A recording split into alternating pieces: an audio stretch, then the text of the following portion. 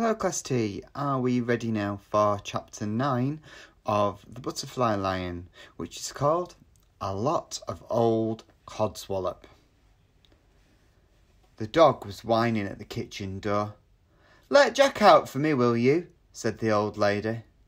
"There's a dear. I'll tell you what, I'll fetch down the kite Bertie made for me, shall I? You'd like to see it, wouldn't you?" And she went out. I was only too happy to let the dog out and shut the door on him. She was back sooner than I expected. "There," she said, setting the kite down on the table in front of me. "What do you think of it then?" It was huge, much bigger than I'd expected, and covered in dust. It was made of brown canvas stretched over a wooden frame. All the kites I'd seen had been more colourful, more flamboyant. I think the disappointment must have shown in my face. "She still flies, you know," she said, blowing the dust off. "You should see how she goes. You should see her." She sat down in the chair, and I waited for her to begin again. "Now then, where was I?" she asked. "I'm so forgetful these days." "Bertie's last letter," I said. "He was just going off to war. But what about the white lion, the white prince? What happened to him?" I could hear the dog barking wildly outside. She smiled at me. "Everything comes to he who waits," she said. "Why don't you have a look out of the window?" I looked. The lion on the hillside was blue no more. It was white now, and the dog was bounding across the hillside, chasing away a cloud of blue butterflies that rose all around him. "He chases everything that moves," she said. "But don't worry, he won't catch a single one. He never catches anything." "Not that lion," I said. "I meant the lion in the story. What happened to him?" "Don't you see? They're the same. The lion out there on the hillside and the lion in the story. They're the same." "I don't understand," I said. "You soon will," she replied. "You soon will." She took a deep breath before she began again. For many years, Bertie never spoke about the fighting in the trenches. He always said that it was a nightmare best forgotten, best kept to himself. But later on, when he'd had time to reflect, when time had done its healing perhaps, then he told me something of how it had been. At 17, he'd found himself marching with his regiment along the straight roads of northern France up to the front line, heads and hearts high with hope and expectation. Within a few months, he was sitting huddled at the bottom of a muddy trench, hands over his head, between his knees, curling himself as tight as he would go, sick with terror, as the shells and whiz-bangs blew the world apart around him. Then the whistle would blow, and they'd be out over the top into no man's land, bayonets fixed and walking towards the German trenches, into the rat-a-tat of machine gun fire. To the left of him and to the right of him his friends would fall, and he would walk on, waiting for the bullet with his name on, which he knew could cut him down at any moment. At dawn, they always had to come out of their dugouts and stand in the trenches, just in case there was an attack. The Germans often attacked at dawn. And that's how it was on the morning of his 20th birthday. They came swarming over no man's land, out of the early morning sun, but they were soon spotted and mowed down like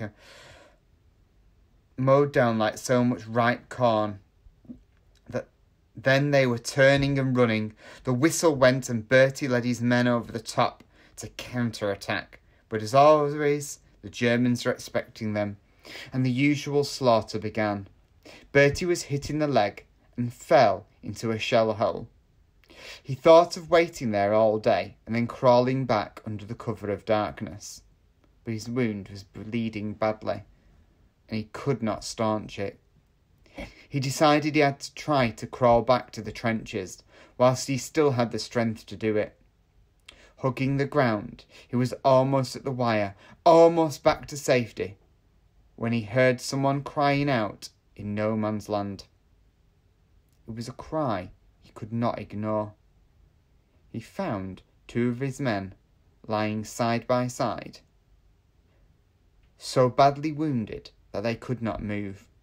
One of them was already unconscious. He hoisted him onto his shoulders and made for the trenches, the bullets whipping and whining around him. The man was heavy, and Bertie fell several times under his weight. But he got himself to his feet again, and staggered on, until they tumbled together down into the trench.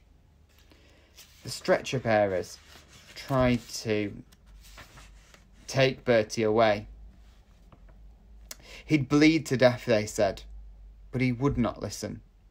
One of his own men was still lying wounded out there in no man's land, and he was going to bring him in, no matter what. Waving his hands above his head, Bertie climbed out of the trench and walked forwards. The firing stopped almost at once. He was so weak himself by now that he could scarcely walk, but he managed to reach the wounded man and drag him back. They saw that in the end, both sides, German and British, were on the parapets and cheering him on as he stumbled back towards his lines. Then other men were out to help him, and after that he didn't know any more. When he woke up, he found himself in hospital, lying in bed with 2 friends he had rescued on either side. He was still there some weeks later when he was told that he was to be awarded the Victoria Cross for bravery under fire. He was the hero of the hour, the pride of his regiment.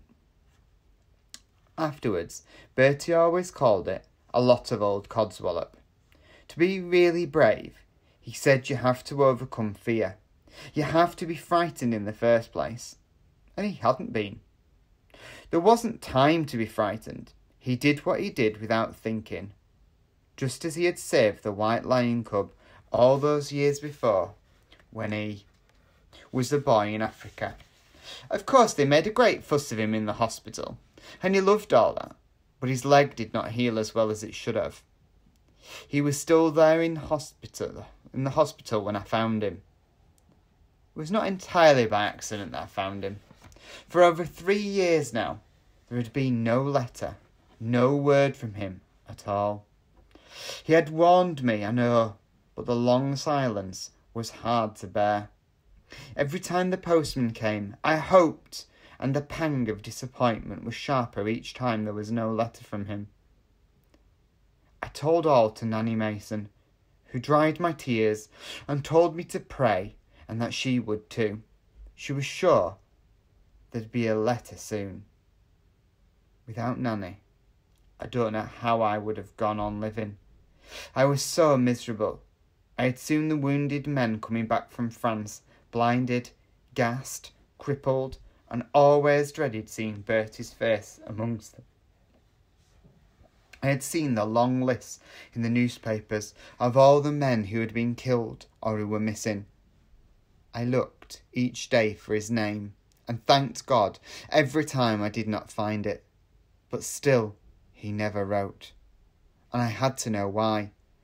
I thought maybe he had been so badly wounded that he could not write, that he was lying in some hospital alone and unloved. So I determined I would become a nurse. I would go to France and heal and comfort as best I could, and just hope that somehow I might find him. But I soon discovered that among so many men in uniform, it would be hopeless to go looking for him.